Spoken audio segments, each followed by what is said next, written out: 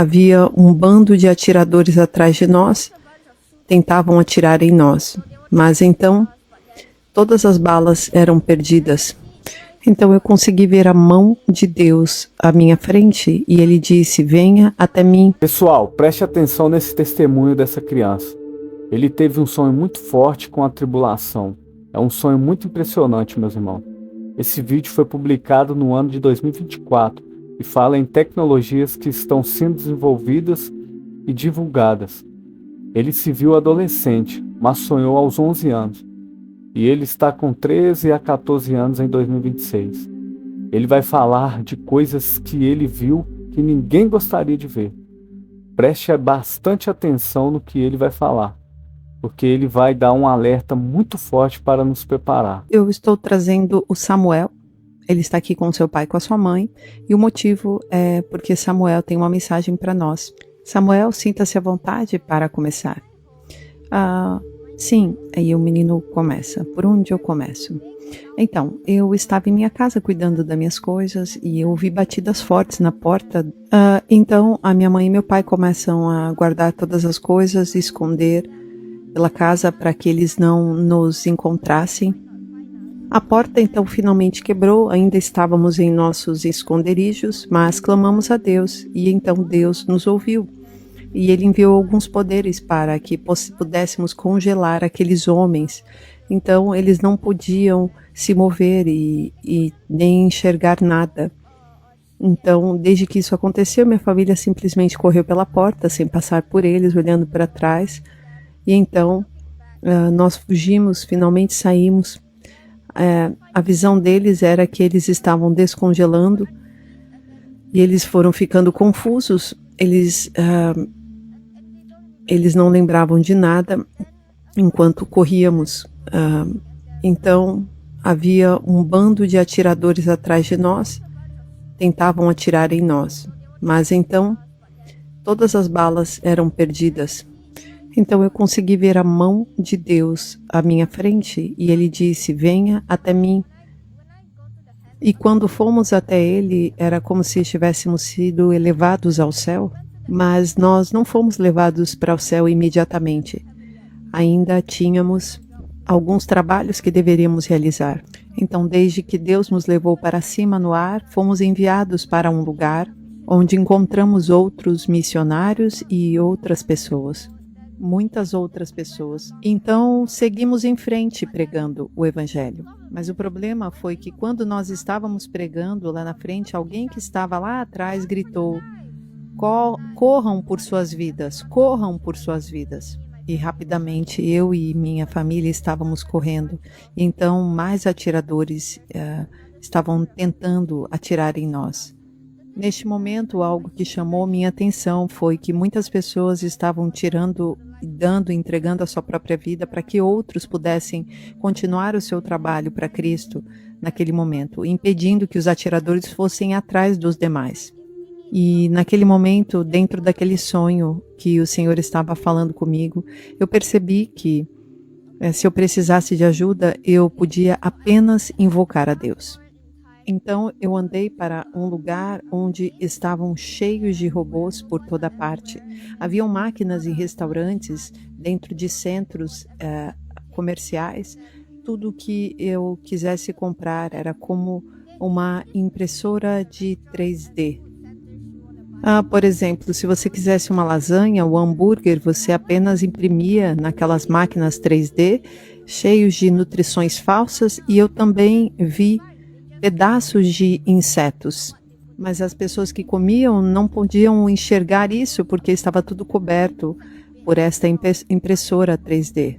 Então aquelas comidas têm gosto de comida, sabor, textura, cheiro, porém não são comidas verdadeiras, são produtos químicos muito prejudiciais que eles estão colocando dentro de seu corpo. Então, eu rapidamente avancei no tempo e eu vi algumas lojas com câmera na porta. Quando você entra, essa câmera tirava fotos suas e eles podiam encontrar todos os detalhes e segredos que você tinha na sua vida, no seu dia a dia, quando você entrava na loja. Quando eu entrava nesta loja, eu percebia que ali dentro eles não vendiam alimentos normais como estamos acostumados, mas eles vendiam embalagens especiais com estes produtos químicos que eram diferentes. Então eu fico me perguntando o que era aquilo, e então quando eles iam comprar, eu percebi que eles tinham os chips nas suas mãos direitas, e por dentro eu só pude ver o que estava dentro das suas mãos. E quando eles queriam comprar, eles apenas colocavam lá a sua mão. Havia um quadrado e eles colocavam a sua mão em cima deste quadrado. Fazia um barulhinho e eles podiam comprar. E aí mostrava quanto eles tinham no banco, qual o saldo que eles tinham, e alguns outros detalhes sobre a vida da pessoa. Foi aí que eu percebi que não existiam celulares, computadores, iPads, iPhones, e apenas na mão abria esta tela, e onde a pessoa simplesmente podia fazer o que quiser. Então eu avancei rápido novamente e eu ouvi queimando Bíblias. Então o Senhor me ajudou a lembrar daquele versículo: todo aquele que quiser conservar a sua vida, perdê-la-á, e todo aquele que perder a sua vida por minha causa vai encontrá-la novamente. Então eu vi a cena de uma mulher dizendo: não, você não vai queimar a minha Bíblia. Você não vai queimar a minha Bíblia. E ela segurava esta Bíblia. E então eles a mataram. Mas antes dela morrer, eu vi o espírito dela sendo levado pela mão de Deus direto para o céu, antes que ela tivesse sido atingida por aquela bala. E ela então não sentisse dor ou a morte. Então eu tive uma segunda visão, onde um homem estava segurando a Bíblia. E ele disse: eu entrego esta Bíblia para vocês para que eu possa viver. Mas o que aconteceu de repente foi que a sua mente se tornou totalmente branca e ele começou a agir como um zumbi. Ele não tinha reação, não tinha sentimentos, ele estava apenas como um zumbi parado. E ele andava ao redor, mas ele não sabia direito o que fazer. Então eu percebi que a inteligência artificial estava controlando ele. E não só ele, eu percebi que ela controlava todo o universo. Então eu jejuei e tive esta experiência novamente. Eu estava no ar olhando para todas as pessoas que estavam olhando para o céu e clamando em alta voz, além de estarem também dizendo coisas feias, reclamando. E eu estava no céu e eu vi no céu tantas pessoas comigo. Eu estava tão chocado de ver muitas pessoas no chão que eu conheço, que eram meus amigos. Então, quando eu fui levado, eu vi um trono e Deus estava sentado nele com o seu rosto muito brilhante. E então, de repente, eu vi anjos que tinham 4 rostos, 4 faces, um humano, uma águia e alguns outros 2 rostos. Neste momento eu vi um grande livro e Deus pegou este livro e ele tinha que pronunciar um nome que estava escrito neste livro de uma pessoa, e aquele nome que ele pronunciava, a pessoa tinha que ir até o trono de frente para olhar para Deus. E aí Deus veria o que a pessoa tinha feito, e aqueles que tinham se arrependido dos seus pecados, Deus havia esquecido daqueles pecados, e aqueles pecados tinham sido apagados e não estavam mais existindo no livro. Mas aqueles dos quais a pessoa não se arrependeu do pecado ainda estava lá no livro. Então, a minha mensagem que ficou naquele momento é que precisamos nos arrepender agora, antes do dia do julgamento. Então vou continuar a minha história. Então de repente Deus chamou meu nome e eu já tinha me arrependido dos meus pecados. Então eu ouvi Deus dizer: muito bem, servo bom e fiel, entre na alegria do seu mestre. Muitos haviam ouvido isso e estavam bem felizes, mas aqueles que estavam no chão xingando depois de não terem subido, E essas pessoas continuavam xingando e reclamando, e o Senhor os mandou para o inferno. Mas antes deles serem enviados para o inferno, eles começaram a chorar e pedir perdão pelos seus pecados, mas já era muito tarde para arrependimento, tarde demais para pedir ajuda. E neste momento eles caíram no inferno e eu ouvi que eles choravam, sofriam, gemiam. Todo tipo de dor que existe no mundo estará lá, será encontrada ali no inferno. Enquanto que o céu será algo maravilhoso, o paraíso. Eu quero dizer, eu não entrei no céu, eu não vi o céu. Eu apenas entrei em uns portões que eu sabia que tinha a ver com o paraíso. Então, as ruas eram de ouro, os portões de ouro, haviam pedras preciosas, diamantes por toda parte.